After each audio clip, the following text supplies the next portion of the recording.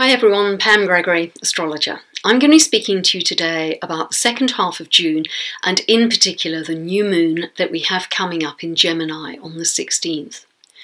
Now during May, while Mercury was retrograde, I was suggesting it's a really good time to review your thinking patterns, to listen in on your mind chatter, to check your self-talk to make sure it's positive and supportive for you.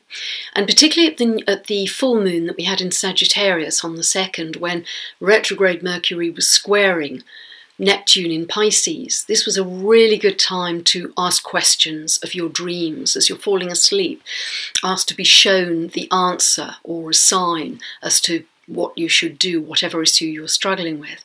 So whatever answers you got then, once Mercury started to move forwards in Gemini on the 11th of June, you could start to put those ideas, those plans into action.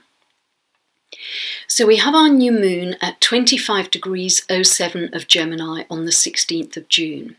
And this is going to happen at 7:05 a.m. Pacific and 3:05 p.m. UK time. And people who will be likely to feel this are anyone born between the 14th and 18th of March or June, or the 16th to the 20th of September or December.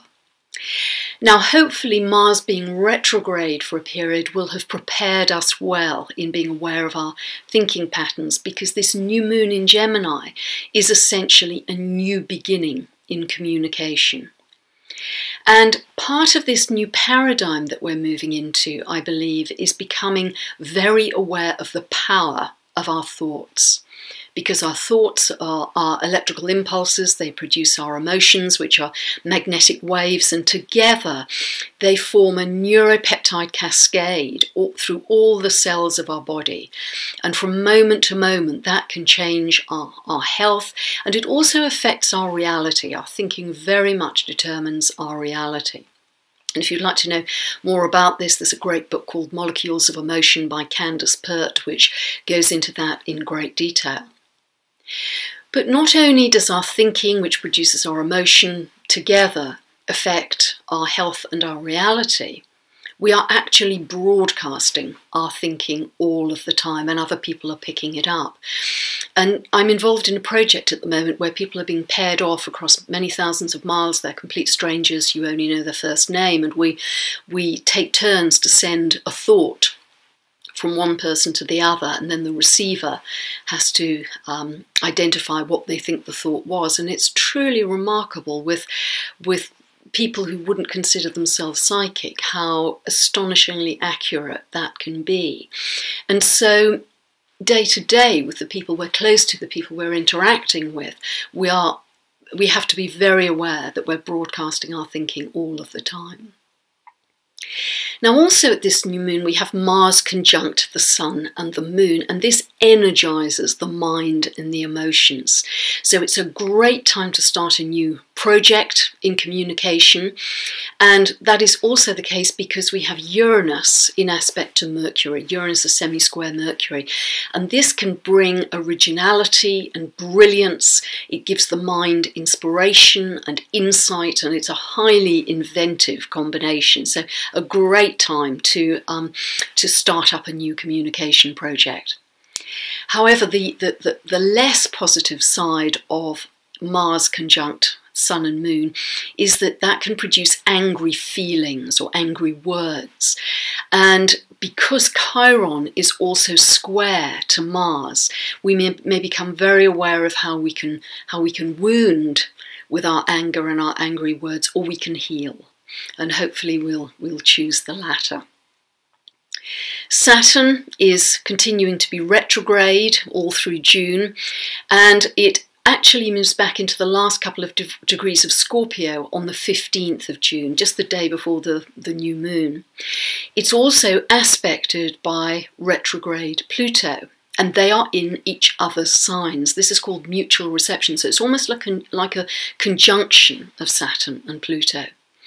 And this will shine a light on how we're using our power, how we're using our sense of responsibility, and it will also shine a light on whether there's still any deep emotional issue, that's the Scorpio side, that is holding us back, that we haven't released yet, that is impeding our progress towards a life of joy and authenticity. So this period through June is a very important period, a very important opportunity to identify that emotional issue, release it, and then we can move forward. But retrograde planets always encourage us to look inwards. It's about serious self-inquiry, but that is really the first step in self-mastery. So it can feel quite heavy and serious, but it's important. But it's in contrast to the exuberant Jupiter trine to Uranus that we have coming up really through all of June, particularly the second half of June. Jupiter is in Leo, it's the planet of expansion, and Uranus is in Aries, and it's the planet of awakening. So these are in very positive aspect, which is exact at 20 degrees of Leo and Aries respectively on the 22nd of June. So this can bring a feeling of liberation, joy, freedom. It gives creativity. It can bring out of the blue opportunities. It can bring breakthroughs. And because Jupiter can expand the superconscious perception of Uranus, this can really help us see new possibilities for ourselves, new visions. It can help us look at things in a completely different way. So round about the 22nd of June, when this is exact, would be a great time to meditate on what that future self can be, who that future self can be, and step into it. At about the same time, on the 21st of June, we have the summer solstice, when the sun moves into Cancer. And that happens at 12:37 p.m. Eastern and 5:37 p.m. UK time. And it's happening, as I said, pretty much in identical time to the Jupiter-Uranus trine. And both of them really are about accessing higher dimensions, higher guidance. The ancient peoples always used to have ceremonies at this time because they believed that the solstices were times when energy portals could open up more easily to access that higher guidance. So it's certainly a great time to meditate and see what comes through for you. But it's also, on a lighter note, a great time to party, because we have the Moon, Venus and Jupiter all in Leo, which really enjoy themselves. Then, right at the end of June, the last couple of days, we have Jupiter conjunct Venus in Leo, which is indulgent. It's a love of beauty and colour, but it can give a feeling of abundance, all kinds of different kinds of abundance. But if it happens to fall in the second house of your birth chart at 21 degrees of Leo, this can bring in financial abundance. It can bring in money. So really ask yourself where this new moon at 25 degrees of Gemini falls for you. Where is this new beginning in your life?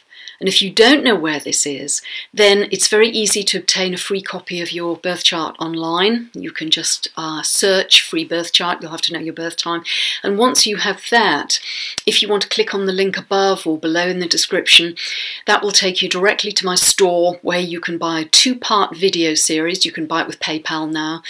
And that explains very simply and clearly how you actually identify where all these aspects fall in your birth chart, and that will give much greater depth and meaning to every update I ever do going forwards, because it'll be very specific to you and your birth chart and your life. And if you'd like more information about my book, which is out in audio format, or my free monthly newsletter, I put out about a 3,000-word newsletter at the end of each month, just check out my website, pamgregory.com, or www.thenextstep.uk.com. And thanks for listening.